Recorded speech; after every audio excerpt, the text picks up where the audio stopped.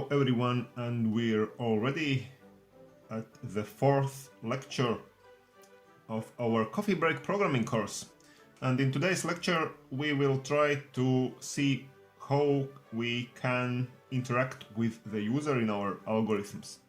So this is the general plan for this lecture. We will see three parts involved in this life cycle of algorithms, and then the basic thing is the interaction with the user, because of course it is not typical for any program to just run on its own. There will always be some interaction with the user.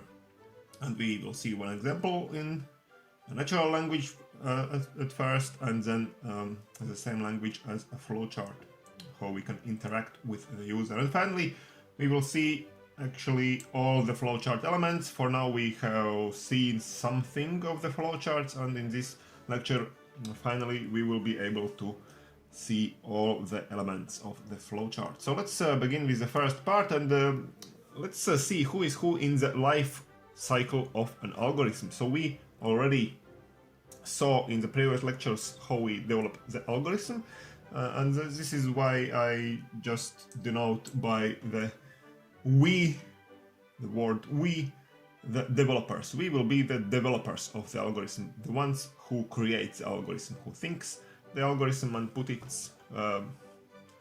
the algorithm on paper or in some other form. Then the second part involved in the life cycle of an algorithm, of course, is the performer, the one who executes our algorithm. So we develop our algorithm and then we give someone to execute the algorithm, to perform all the steps. And usually this someone will be, of course, the computer. We develop algorithms for a computer to execute them.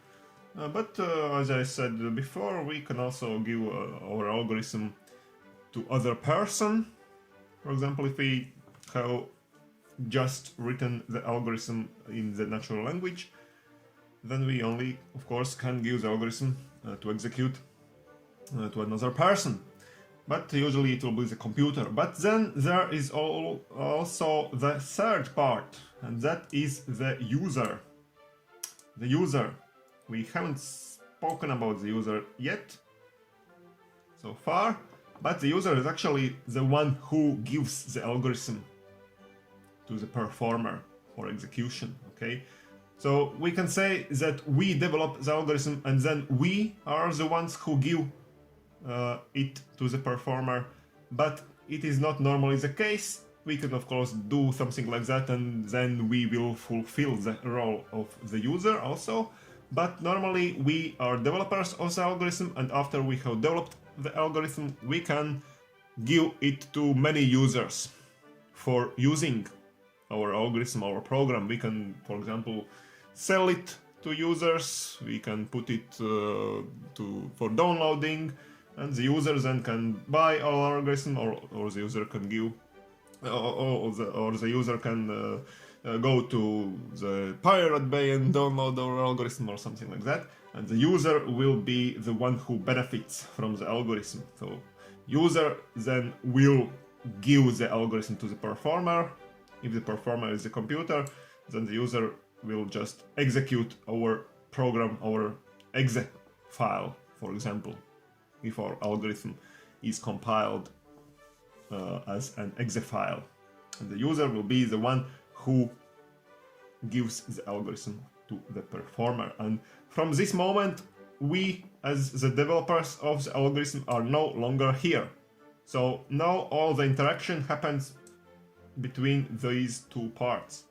So the user and the performer. Performer executes something and the user can see what is being executed, for example. And so the interaction with the user only happens between two parts, the user and the performer. Those two parts are involved in the interaction with the user, what we call the interaction with the user. And how the interaction happens. So performer, the computer, can show some info to the user. So when we as the users in this case, when we, for example, execute some exe file, there can be some window appearing on the screen, and performer, the computer, can show something in this window, show some information. And from the other point of view, performer can ask some input from the user in the same window. And user can give some input. User can, for example, print something with the keyboard, and this will be the user input. So both directions are involved here in the interaction with the user. So user can give some input to the performer, and performer can give some input back to the user, can show something to the user. And of course, what is the most important thing I already showed before, what we call the most dreadful error of the programming, is that we always have to remember that the performer itself, he does nothing on its own. Okay, so no interaction, of course, is carried out by the will of the performer. So we, as the developers of the algorithm, we have to put the interaction in our algorithms, and we have to think ahead of everything, of all the interactions that can happen afterwards. Afterwards, when this part is going on, we are no longer involved in the life cycle of our algorithm. We have developed our algorithm, we have put it to the world, and we cannot interfere with the algorithm anymore. So we have to think ahead of all the possible interactions that can go on in our algorithm, and we have to put the interaction in the algorithm. How the performer will interact with the user. So let's see the example of the interaction, and let's see it on the same example we have already introduced before. So our problem is the boiling of water for my tea. And now let's try to elaborate on our algorithm here. So the first step was find the teapot. Okay, this is the same. And now the second step, we can introduce some interaction here. So we can say that in the second step, the performer must ask user something. Ask user, for example, how many teacups he would like to drink. Okay, this is an interaction part here, one of the interaction parts, that we think ahead, and we think that in this point of the algorithm, the performer must do the interaction from its part. So the performer must ask user for the input, and then the user will input something, and let's denote this input by x, by variable x. This x in this case is called a variable, and we will talk very much about variables in the future. Let's just introduce the first occurrence of a variable here. So user will input something, and this input will be called x. And so now in the next step, this was our most important, we'll say so, step where the pouring part happens. So previously, in the previous edition of this algorithm, we just said that if there's no water in the teacup, let's pour water in the teacup in this step, otherwise do nothing. But in this case, we know that user now wants to drink X cups of water. And let's say 1 cup of water contains 250 milliliters, standard teacup. And now we can calculate actually how much water needs to be poured into the teapot. Okay, so we can calculate it like this. We can write step 3. The performer now checks if there is less than this much milliliters of water, x times 250, x cups, each cup 250 milliliters. If there is less than that, then pour water into the teapot in this step. Okay? And how much water must be poured?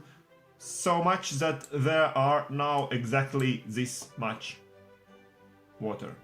Exactly the amount of water that is needed for X cups of tea. Okay? Otherwise means for this if there is less than this, do that, but otherwise means that there is enough water already. Just skip this step, just like before. And now the step 4 is the same as before. Put the teapot in place and turn it on. And finally we can also provide another step of interaction here if we want. For example, finally at the end we can tell user that the water has been boiled. So this is just an information that the performer will show. For example, if this program would be executed on the computer really, then the computer would print out this information in some form on the screen. And now let's on one thing more. So here, what does it actually mean to ask user something? Ask user. It means that the performer will, for example, print something on screen. For example, please enter how many teacups would you like to drink. And then, this is very important, there is a pause in the algorithm. So the performer does not go further, doesn't execute the next step until user has entered something. So user will enter some number and press enter. Then this number will be stored here as the value of X, and only then, after user enters the number, only then the performer will go further and carry on with the algorithm. This is a very important thing. Nothing happens parallelly here, okay? So either computer executes some step of the algorithm, or the computer waits for the input from the user. So this is very important aspect also here. And now the same algorithm as a flowchart here can be seen. So this is what we have already seen before. Find the teapot, pours water in the teapot, puts the teapot in place and turn it on. These are those standard rectangular boxes. And here we can see how the interaction part looks like. For example, in this last step, when the computer wants to print something out, here computer prints out this text in quotes: the water has been boiled. And this is the form of the box, special form of the box for this part of the interaction where computer wants to just print something out on screen. This is the printing box.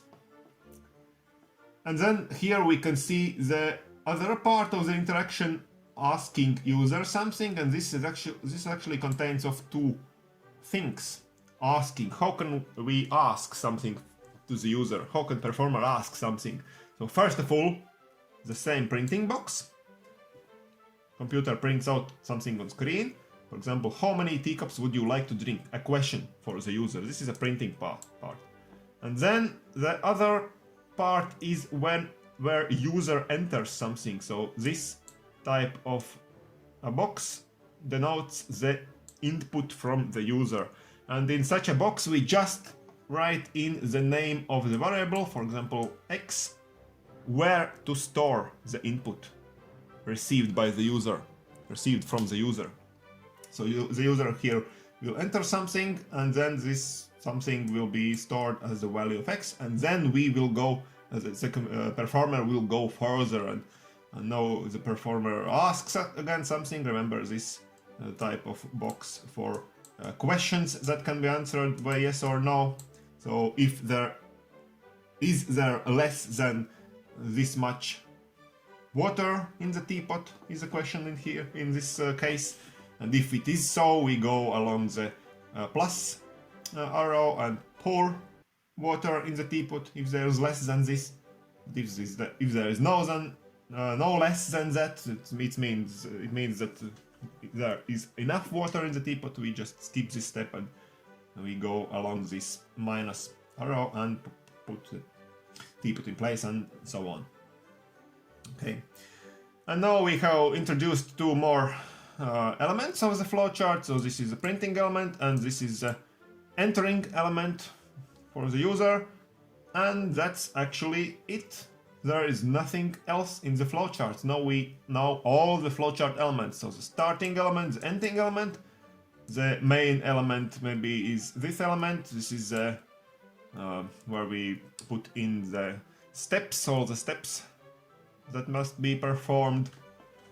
And then there is a question element, yes or no question, and the input element and the output element, and that's it. So combining those elements, we can now create any algorithm as a flowchart. So this is a very simple language, but we can do anything with that, creating in many different ways.